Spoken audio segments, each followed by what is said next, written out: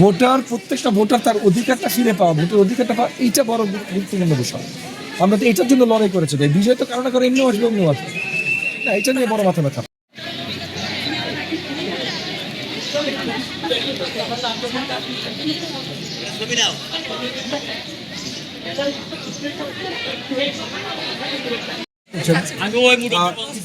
যখন কাজ করছিল অনেকগুলো ডেটা নিয়ে এইখানে মানে কেন্দ্রগুলোতে তাদের ওই যে ছবিওয়ালা যে ফাইল, ওই ফাইলের সাথে মিলছে। আবার কিছু আছে আমাদেরকে যে ডেটা দেওয়া ডিসকেএলসি থেকে যেটা আমরা প্রিন্ট করে নিয়ে এসছি আমাদের সেটার সাথে ইসির ছবিওয়ালা ফাইল মিলছে। সেরকম অনেকগুলো ঝামেলা আছে। আমরা আশাবাদী এখনো যে দিনের এখন অনেক সময় বাকি আছে, ভোটাররা বঞ্চিত হবে না, একটা ভোটার বঞ্চিত হবে না, কিন্তু আমি ইতিমধ্যে দেখেছি এই প্রবলেমগুলোর জন্য বেশ কিছু ভোটার বঞ্চিত হয়েছে। এখানেও দেখছি বেশ কিছু ভোটার অনেকক্ষণ লাইনে দাঁড়িয়ে থাকে তারা মানে আর ভোট দেবার যে ইচ্ছা দিয়ে তারা এসেছিলেন সেটা মোটামুটি মরে যাচ্ছে আর কি, এরকম অবস্থা। আচ্ছা, তারা যদি এদিকে চলে যান তাহলে তারাও তাদের ভোটের অধিকার থেকে বঞ্চিত হবে।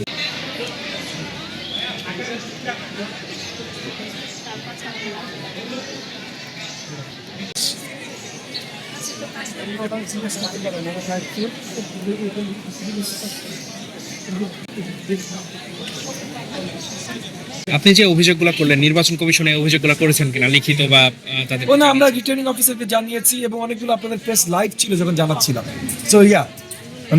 রিটার্নিং অফিসারকে প্রিজাইডিং অফিসারের সামনে যখন জানাচ্ছি ফোনে, এটা I think this is official. লিখিত আকারে পাঠানোর সময় পাইনি, আমরা সকাল থেকে কেন্দ্র যাচ্ছি সেই অবস্থা। যখন আসছে তখন তাদেরকে প্রভাবিত করা হচ্ছে এমন অভিযোগ করছে, অনেকে রিক্সা দিয়ে নিয়ে আসছে, সেই বিষয়টি কি বলা আছে? এইটা আমি জানি না, যেটা হলো এইখানে ভোট কেন্দ্রে কি হচ্ছে। এখন আমি যেটা জানি যে রিক্সা, অনেক প্রার্থীরাই রিক্সার ব্যবস্থা করে রেখেছে এই এলাকায়, তাদের ব্র্যান্ডিং দিয়ে যে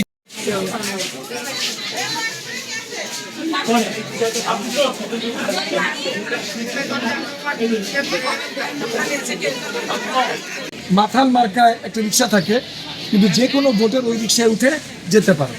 এই ব্যবস্থা সম্বন্ধে আমি পরিচিত, এটা আমাদের রেওয়াজের প্র্যাকটিস। মানে আগে থেকেই নির্বাচন কমিশনের প্রিপারেশন থাকা উচিত। ভোটার রোলে যেটা এই যে এখন ওয়েবসাইট ক্র্যাশ করছে, ওয়েবসাইটের সাথে তাদের লিস্ট মেলে না, এগুলো আগে থেকে তাদের প্রিপেয়ার করা উচিত করেনি। এখন কতখানি করতে পারবেন জানি না। যেখানে যে প্রবলেমগুলো হচ্ছে, এই যে লাইন টাইম, এগুলো যদি তারা এখনো নজর দেয় তাহলে সুন্দর মতো ম্যানেজ করা সম্ভব। এই যে 2 ঘন্টা, অনেক ক্ষেত্রে 2 ঘন্টা দাঁড়িয়ে আছে। তো এইটাই আমরা ছোট্ট একটা আশঙ্কা আছে যে এই দেরি হবার জন্য কেউ যদি ভোটার অধিকার থেকে বঞ্চিত হয়। তো আমি প্রিজাইডিং অফিসের সাথে এখানেও কথা বলেছি, আমি আরো সেন্টার দেখি ইনশাল্লাহ। তো দোয়া রাখি।